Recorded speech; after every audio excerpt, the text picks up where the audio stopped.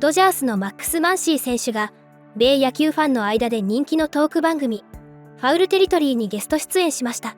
番組では今季からチームメイトとなったタッカー選手や電撃的なカムバックを果たしたクレイトン・カーショー投手の WBC 出場についてなど、ドジャースファン必見のテーマが次々と取り上げられました。さらには大谷選手の英語力を聞かれたマンシー選手は、翔平は野球の英語は本当にうまいよとコメントし、その後は大谷選手の話題で番組は笑いと驚きが交錯する展開となりました。見どころたっぷりの内容を日本語字幕付きでご紹介しますので、ぜひ最後までご覧ください。Right, something you have to get into is the guy they were just showing a picture of right next to you, Kyle Tucker. Obviously, big league vets like him and like you, necessarily you don't have to sit down and be like, Kyle, this is how we do this. How do you guys as the Dodgers make him feel as comfortable as possible to hit the ground running on opening day? That's where spring training is so important. It's for him to come in and start, as a new player, one of the hardest things to do is learn faces. You're talking about clubhouse attendants, training staff, strength staff, coaches, all the, front office guys that help us out, the analytical guys.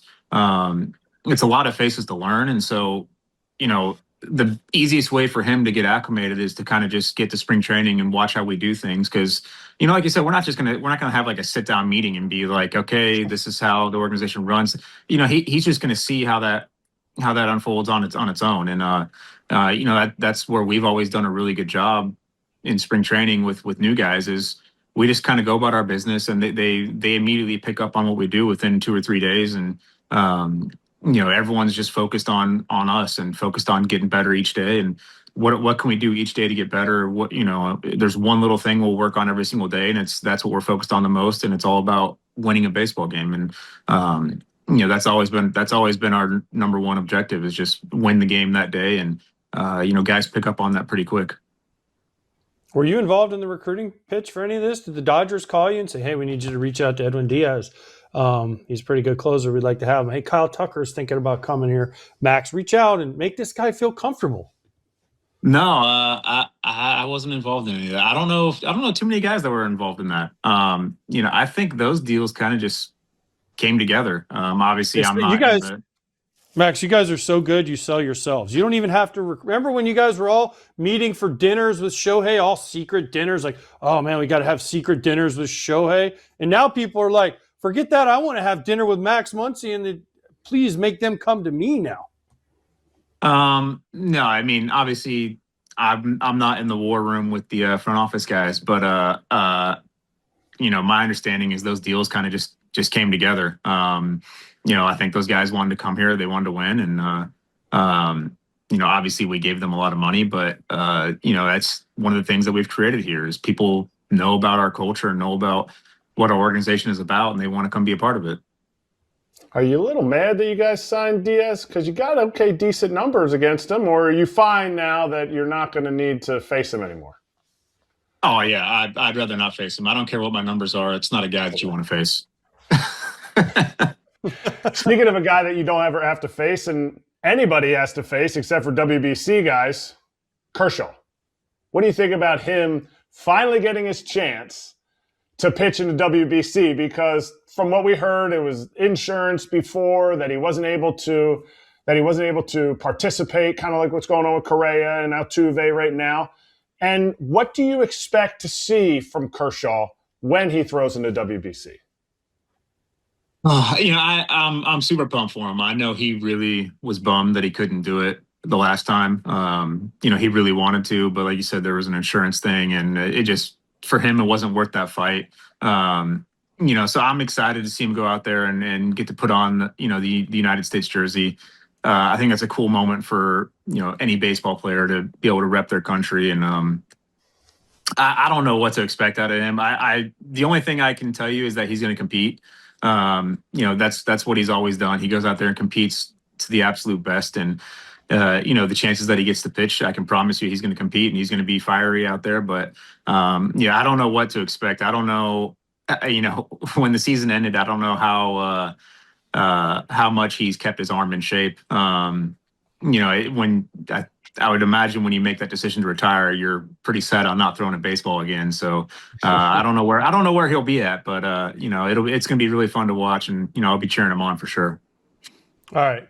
First of all, as long as he rocks the dad body, there's nothing more American than him walking around everywhere with no shirt on and the total dad. Go for it, Clayton. You deserve it. You've had an unbelievable career. First ballot Hall of Famer. But is this maybe a hint that he might not be retired? He might come back because, man, if you're retired, why the hell do you want to get all up and get ready to pitch in the WBC every once in a while? Like, you think if you're retired, like, no more throwing, no more working out, no more any of that. But Clayton's like, nope, I'm going to pitch for the USA.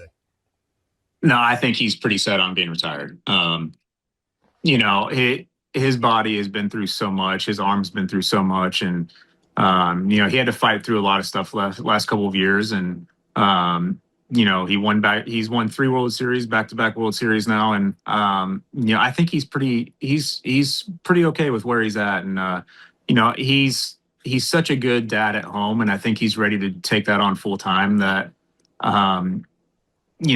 unless he comes out in the WBC throwing 95, I think he's pretty set on where he's at.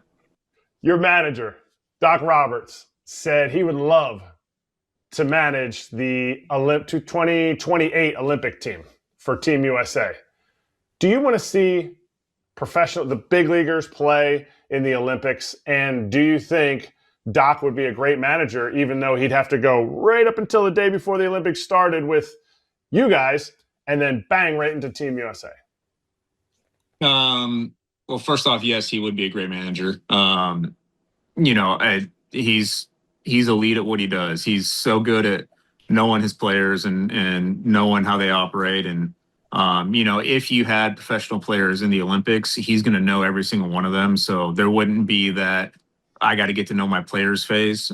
He'd be able to get right into there and be able to know everybody and manage them. And, if there were professional players, the first thing that he would do would be he'd get in contact with, all the coaches of those players just to learn, more about those guys. And,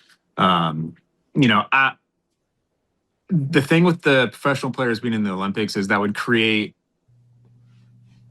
such a long break in the middle of the summer that, I don't know if that's a reasonable thing to do. Because you're not going to continue the season with star players not playing for their teams. If they're going to be in the Olympics, you're not going to keep the season going.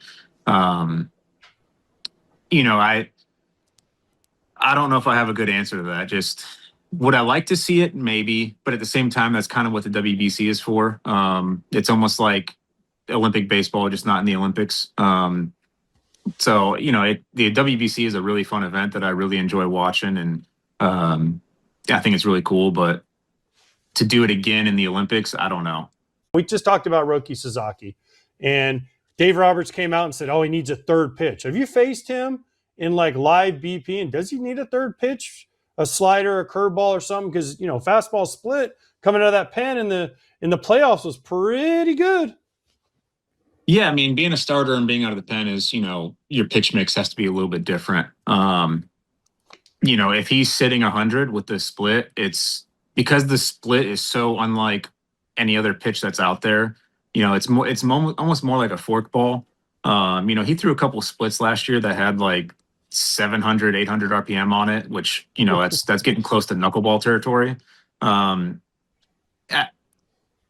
I don't know if he's sitting 100, he probably doesn't need another pitch, but when you look at some of the guys out there, you look at, Paul Skeens or, DeGrom, they all have the third pitch that they mix in there. And it's just something to keep the hitter off balance. When there's only 2 pitches you have to worry about, your approach becomes a little bit more simple. And when you're talking about seeing guys 2-3 times through an order, it's you got to have just something you can throw in there as a wrinkle. Even if it's not a very good pitch, you just have to have something to throw in there as a little bit of a wrinkle. Did you happen to catch Shohei Ohtani's MVP acceptance speech? Any parts of it? I did not, no. Okay, well, when you go back and check it out, because he did it all in English and did a very good job, fans have been clamoring. They're like, we rarely get to hear Shohei speak, let alone in English.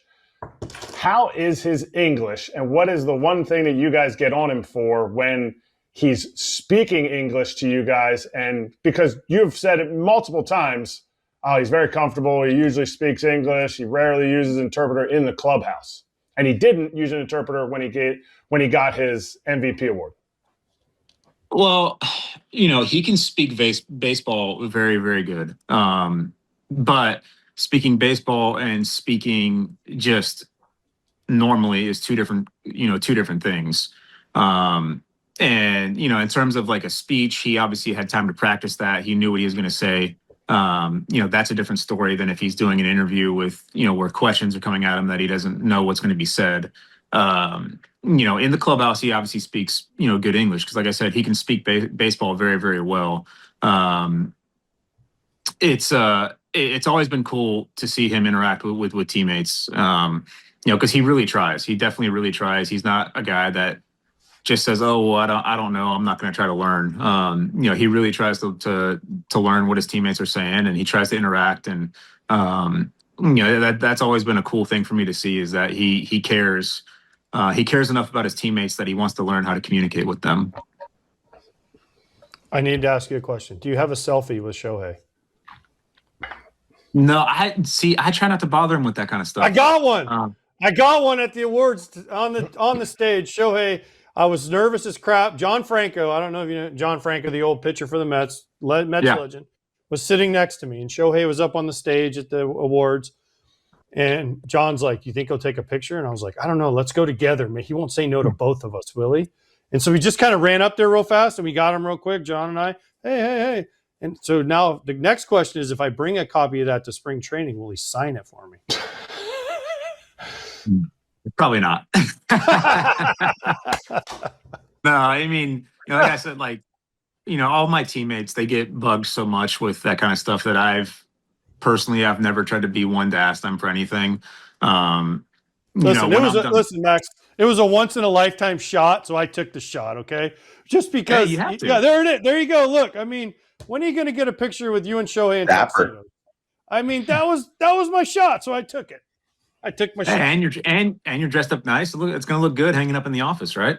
Right now, just think if I sign it, it goes down in value. If he signs it, it goes like way up in value. Even if he writes to AJ, I can take a little something and wipe that off with. Man, I could sell that for like $1.